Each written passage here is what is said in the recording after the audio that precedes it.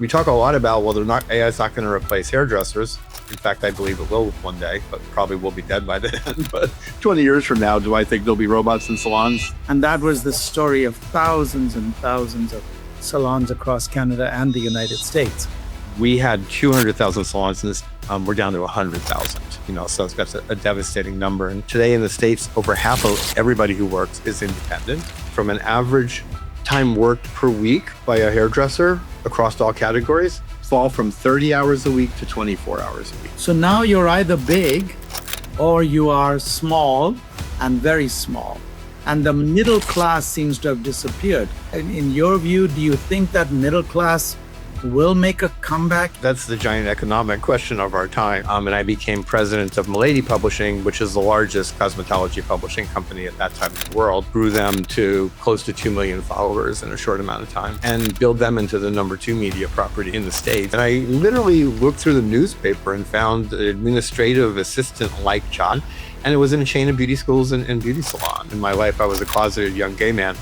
And it was not an easy time to be out and buzzing in an industry that not only accepted, gay people, at a time where it wasn't so easy, but appreciated us. I just had this big aha and I went, oh my God, this is going to change everything. This is going to change the world. This is going to change the industry. When you boil it all down, the one factor that is the difference between those who are doing great and those who aren't is a version of the hustle. Is it possible for a new structure? And to this end, I have some ideas that I want to share with you.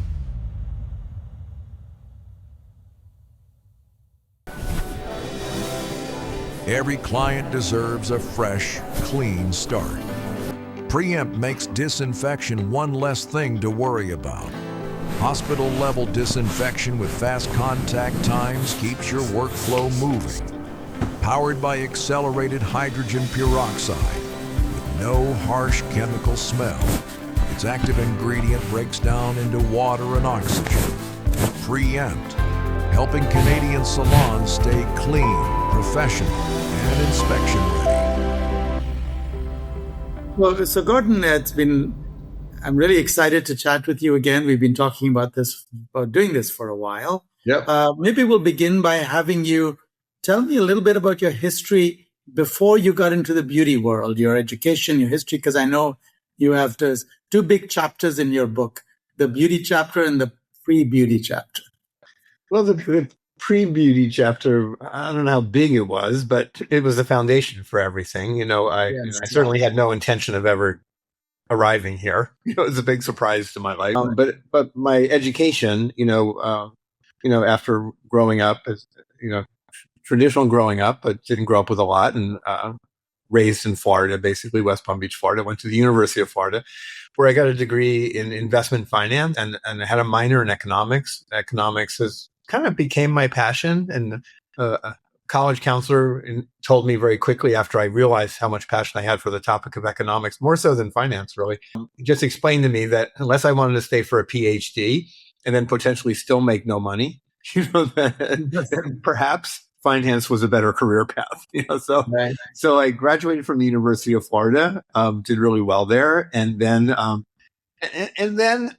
knew that finance wasn't really my true passion. But it was a great foundation for everything that was to follow in my career. And I literally moved to Denver, Colorado from Florida. My parents had moved out there in the meantime.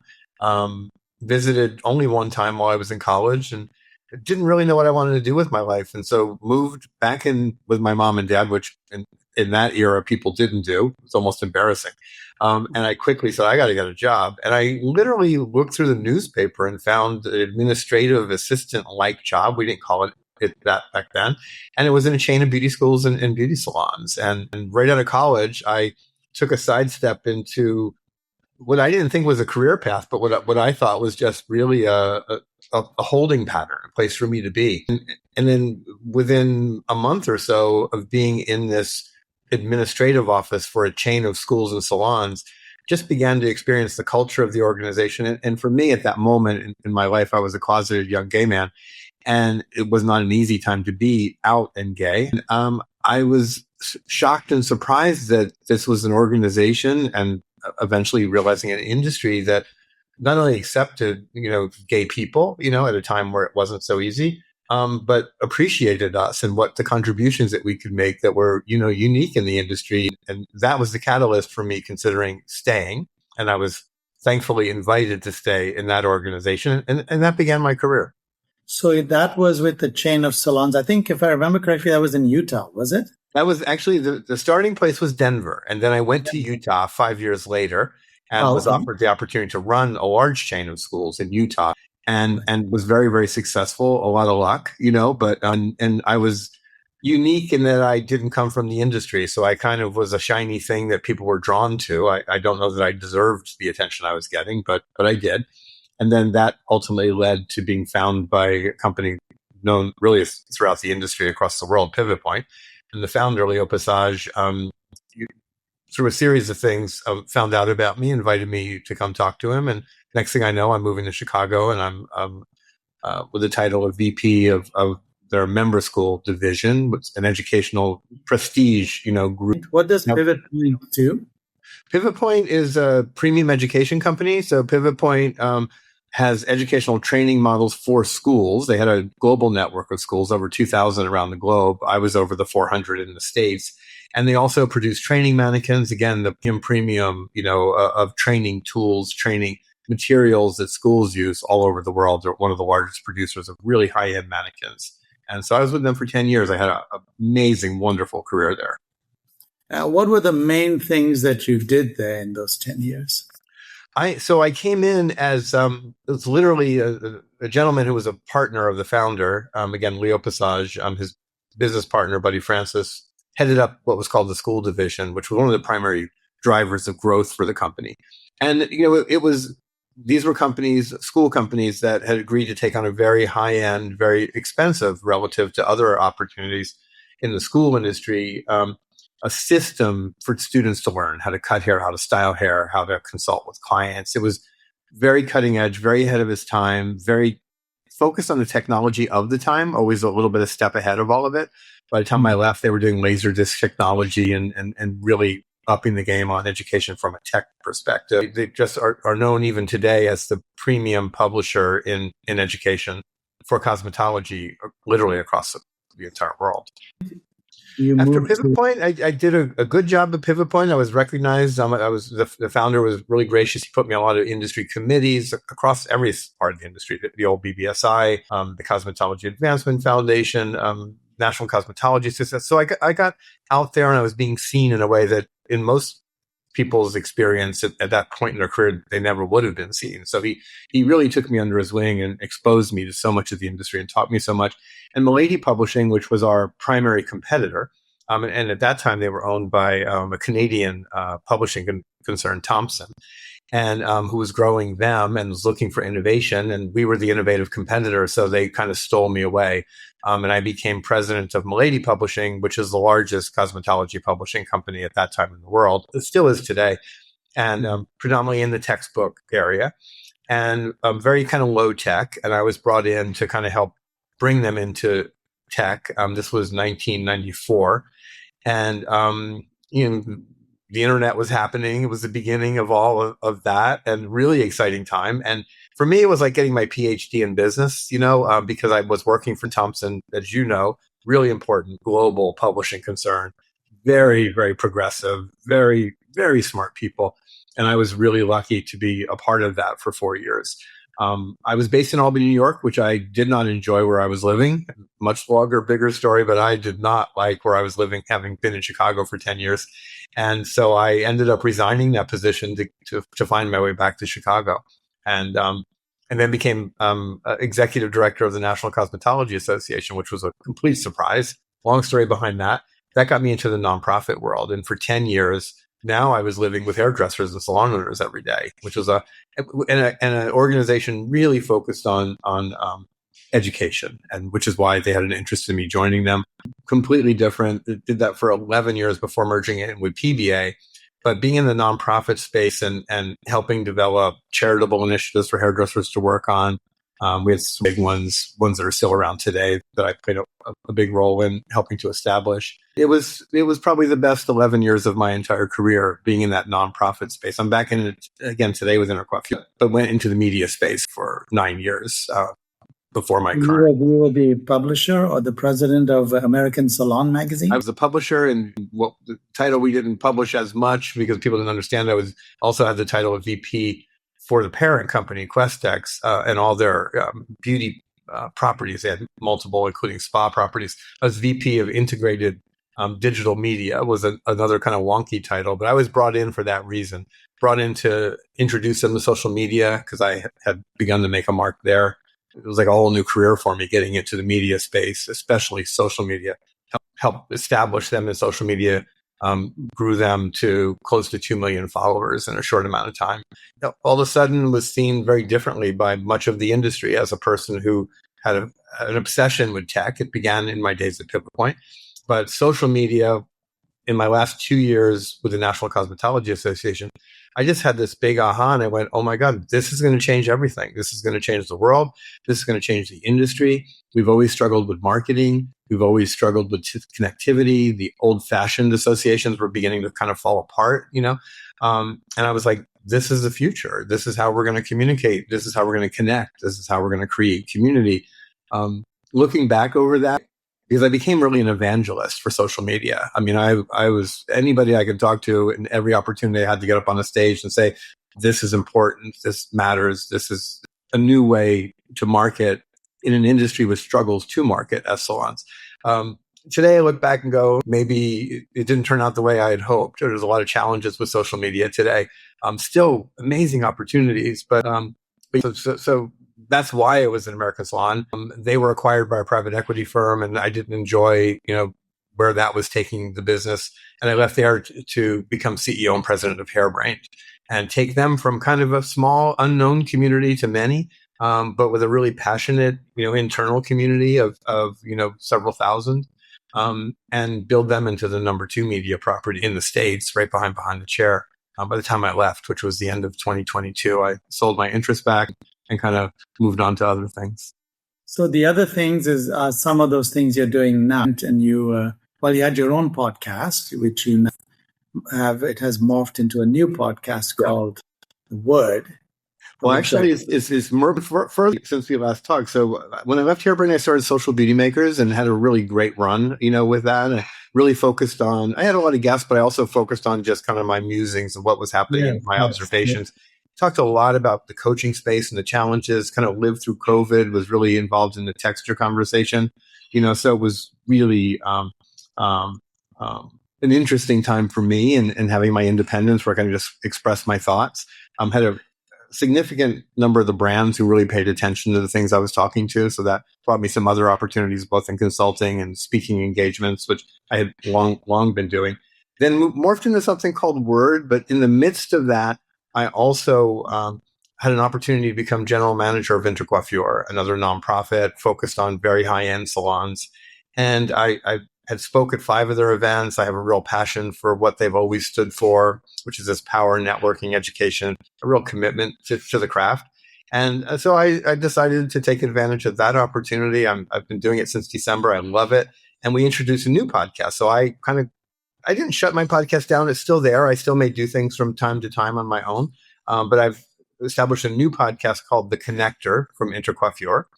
And that podcast, we're on episode 18 now, and we've had people like Antoinette Bienders and coaches like Anthony Whitaker from London, who's brilliant, Tatum Neal, a young, really influential kind of rising leader. Just have had a wonderful group of guests on that podcast. So The Connector now I can be heard every week interviewing some really interesting people from across the industry.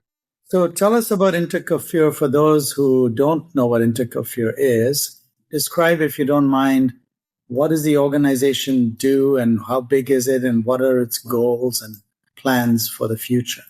So Intercoiffure has been around for 70 years in the United States. It's part of a global community called the Intercoiffure Mondial, based in Paris.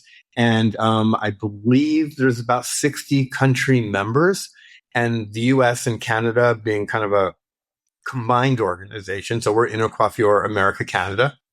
I don't know all the global numbers in terms of numbers of salons. I'll speak for the States and for Canada. And so the Intercoiffure America, Canada has just over 200 members. Now, by members, what I mean is it's a really interesting organization. It's was founded really for hairdressers who have a passion for business. And so membership became of the individuals. But those individuals had to own businesses that were employment based. They were not rental or independent or suites or hybrids. They must be employment based businesses. The longstanding rule was you had to be doing a minimum of $1 million in annual revenue to participate in the organization. And you had to have a minimum of 5 members on your team. That was the minimum. And I would say the average size of a salon today in the intercoiffure organization is multi-million dollar. Most of them, most have multiple locations. Some of the biggest salons in America, jute salons, which is really significant, old school, but very progressive organization. I think 5 locations now, but was the original horse salon of Aveda. And David Wagner runs it. Van Michael Salon, which I think 7 locations, close to $30 million in annual revenue, and a lot of organizations like that. And the focus is very communal, very communal. A lot of folks have kind of let go of that in the way the world's worked, looking for more digital. They love digital. They're very progressive. They're actually very excited about AI. Like, I'm very passionate, as I know you are, about AI and what's happening with it. And so business minded, but appreciation for fashion always. Really craft oriented. These are the salons that offer 401ks. They offer vacation time. They offer all kinds of benefits to staff. They understand the importance of building a business with their staff. And an organization that, under the leadership of the new president, Scott Buchanan, who came in now almost 2 years ago, really kind of morphing an organization from it's kind of known in the States, at least, as more the country club of hairdressing, of salons, of high-end hairdressers, and really wanting to get away from that in a post-COVID world, beginning with the immediate past president, Sheila Wilson. And they want to be outward facing and have begun to really take that on to not only, be an organization that as a community takes care of one another and trades ideas and best business practices. They all visit each other. I mean, it's really like a family. But they want to be outward facing to influence the larger industry and say, hey, we figured it out. Like we have proven what really does work. We're open to new ideas. We're open to different ways. We're not stuck in one way of doing things. We're very progressive minded, but we also want to share with the larger industry. And even if you don't fit into our membership, we hope you'll consider learning from us. And that's one of the reasons I decided to join. I was like, this is an organization that should be outward facing. The world's in a crazy time. And I think whether you're in this industry or some other industry, it's a time where sharing matters more than ever. It's a very confusing world. Nobody knows what the truth is. And that's including in the industry. And so I think to have an organization like this that's looking outward, that's sharing, that isn't looking to necessarily grow, but is looking to help the industry grow, I'm really proud to be part of it. I'm trying to then wrap my mind around what that looks like. Obviously, we both went through the whole COVID dilemma in the United States and Canada. Canada was much worse than the United States in that we were shut down so much more. Yeah. And the one thing, and you and I have talked about this a few times, the one trend that had developed in our industry, and it started in the United States, and generally speaking, Canada is 3 to 10 years behind the United States when it comes to trends in various industries. Yeah. So what started growing in the US obviously was the salon suite concept. Yeah. And the salon suite concept was virtually unheard of in Canada for many years. But it was growing, as you know, across the US quite rapidly, the Phoenix suites, the Sola suites, etc. Yeah. Then suddenly they started. Some of them moved into Canada a bit, and then Canadians started their own little salon suites. But even then, pre-COVID, there was just a sprinkling of suites in Canada. And then once COVID hit, that absolutely, made the suites concept go on steroids in Canada. Here as well. Even though we were big, we really got big. Really.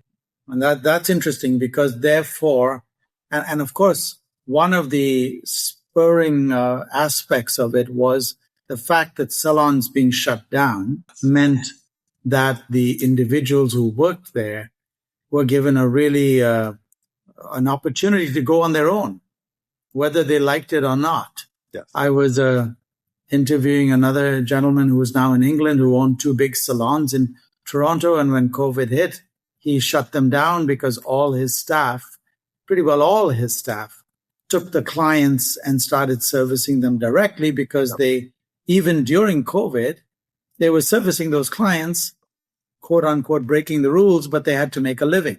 And after COVID, they didn't come back to him. So he ended up closing.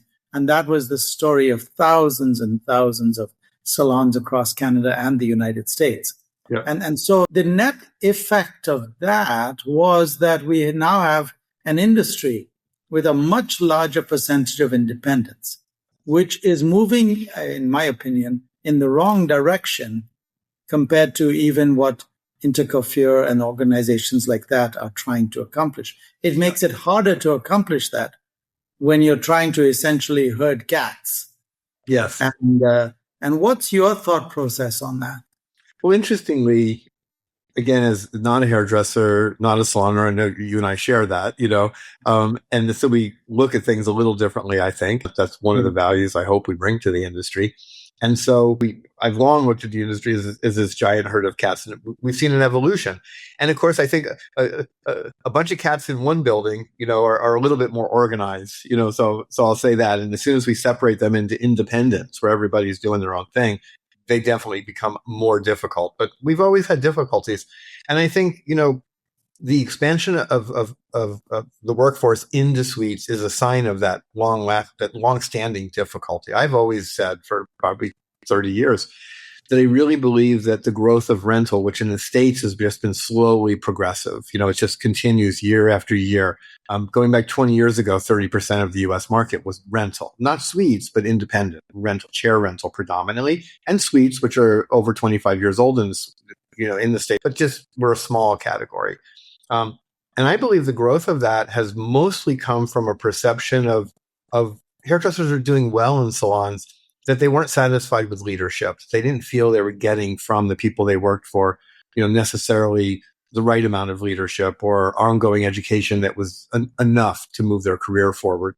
Or perhaps they bumped up against a ceiling in pay. They just hit a level within a salon group where they couldn't raise their prices anymore, so they couldn't get more living. So I think some dysfunction in traditional salons helped suites and helped rental grow. COVID supercharged it, to your point. A lot of people were nervous about suites, but the other thing that supercharged it, kind of aligned with COVID, was the continuing improvement of apps. Without apps to allow an independent hairdresser to do their booking, to do their accounting, to do their marketing, all of a sudden it became the barrier to entry to be a successful quote unquote salon owner dropped dramatically with the introduction of apps. And during COVID, especially, even hairdressers who were kind of not very digitally savvy became savvy. Everybody doubled down. My 90-year-old mother became much better at using things like Yelp, during COVID than she ever was before. So I think all those things together, led us to where we are today in the States. Over half of everybody who works is independent. But the other thing that's interesting, and I don't know, Jeff, what's happening in Canada, we have seen in the last probably 10 plus years a movement from an average time worked per week by a hairdresser across all categories fall from 30 hours a week to 24 hours a week. We're seeing that here too, dramatically. And that's its own challenge. I always say we always talk about how we view our industry as being so professional, and we're part of it, and we understand, the professionalism, and we understand the good things that hairdressers do.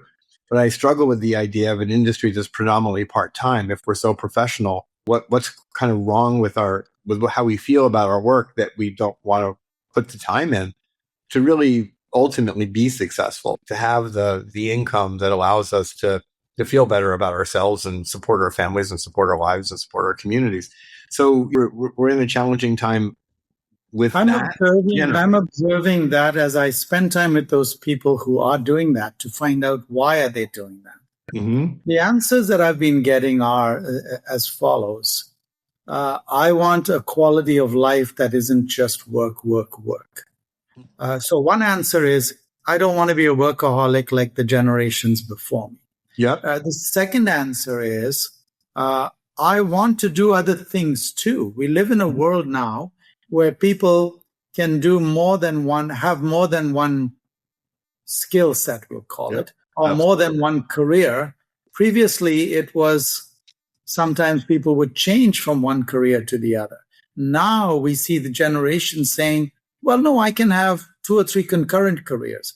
I can be I can have my music studio, I can be a hairdresser, and I can also be a carpenter. And that is another affecting this hours worked method. The number you were talking about, the hours worked number, speaking as economists now, that hours worked is being affected by those. And then the second part I look at it in our industry is I see what's happening in our industry to be paralleling what's happening in our society. And what I mean by that is the separation from the rich and the poor. Absolutely. Where the middle class has been shrinking. I see that happening in the beauty and hair industry. The middle class being those middle salons, 3, 4, 6, 8, 10 people. That has shrunk dramatically. So now you're either big or you are small and very small. Yep. And the middle class seems to have disappeared. How, or is there, in your view, do you think that middle class will make a comeback in our industry? That's the giant economic question of our time, right? Because it is the larger society. We're absolutely a reflection, and we always have been, of everything going on in the larger world. We don't think of it often enough. So I think it's an important conversation. I think, the jury's very much out. I feel like we're continuing to move economically in the wrong direction. Market forces, are meant to fix itself, but there's an appetite for deregulation across every aspect of business these days. I think that's driving a lot of what is happening, because you have this small number of very large companies that own so much of the economy today, and they are continuing to use, their savvy and lobbying and other things and economic pressure to further deregulate and all, including AI. AI is going to have a huge impact. We're already seeing it.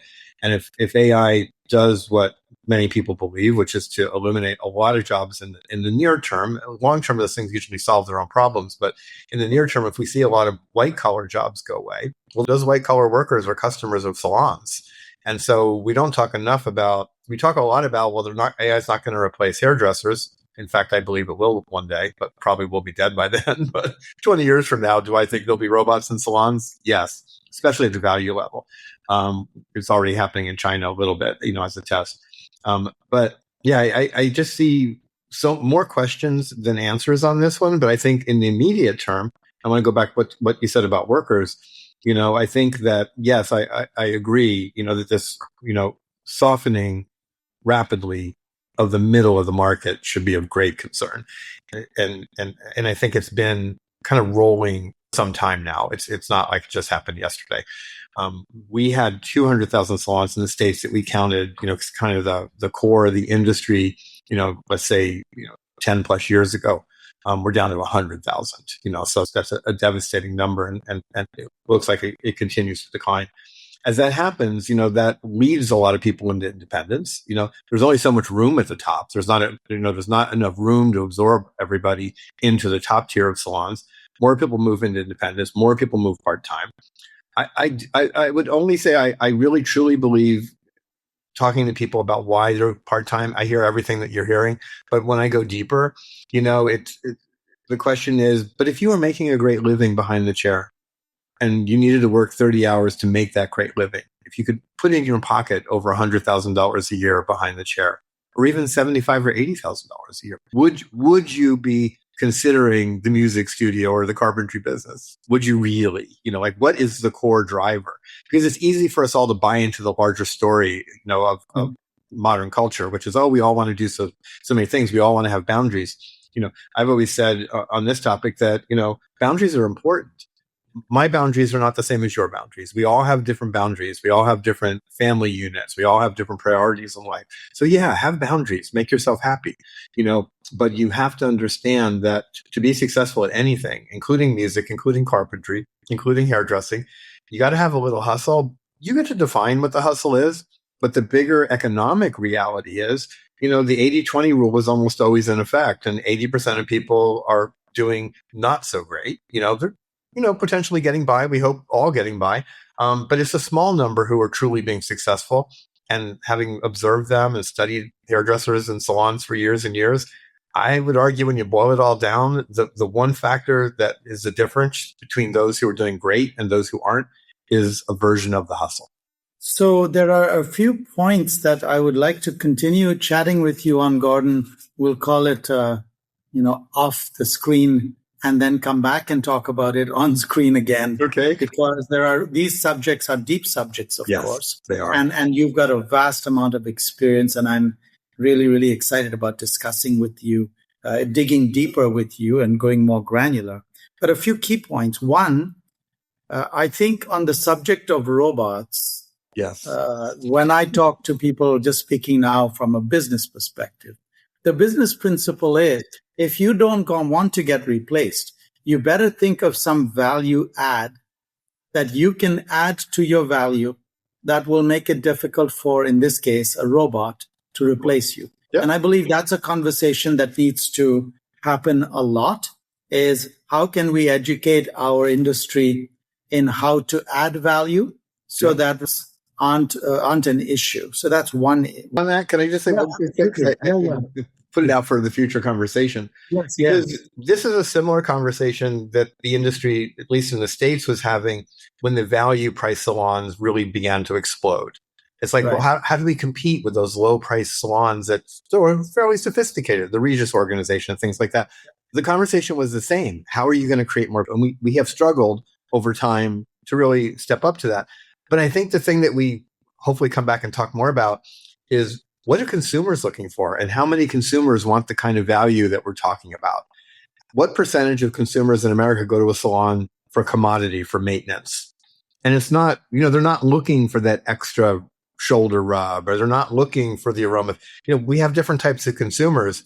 And I think that's an important part of the conversation when we start to consider how do we compete across categories, whether it's robots or humans. In my little notepad here, 4 subjects I'd like to table right now for you and me to keep talking about. Subject number 1 is I'd like to talk more about intercoiffure, get to learn more about it so we can tell everyone more about what intercoiffure is and what they're trying to accomplish. The second was the subject we just talked about.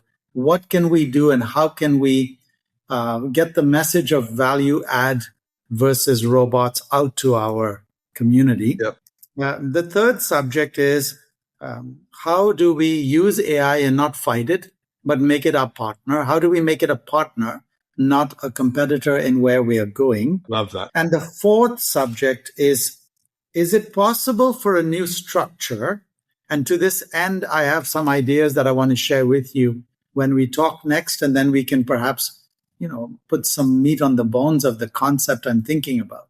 I have in mind a new concept, because the old concept of associations and associations and that kind of thing has kind of now lost its way in trying to help people to get where they need to get to. Sure. There is a new concept I've been working on with a team of people that I'm going to present to you when we talk next. And then we will maybe put some flesh on the bones and then discuss it openly for people to give us their opinions. Because I believe we need to do something. We need to figure out, the group of us that are at this level in the organizations need to see if we can collaborate on some new concept that will revitalize the middle class. I'm talking now about our middle class. Yep. Because to summarize, it was, I think, Bill Clinton who said when he was asked in one of his interviews, his post-president interviews, of what he wished he could have done more of, he said, I wish I could have helped we in America too, could have helped raise the middle class of the entire world. Because I believe that if the entire world has a healthy middle class, then wars, etc., will not be an issue.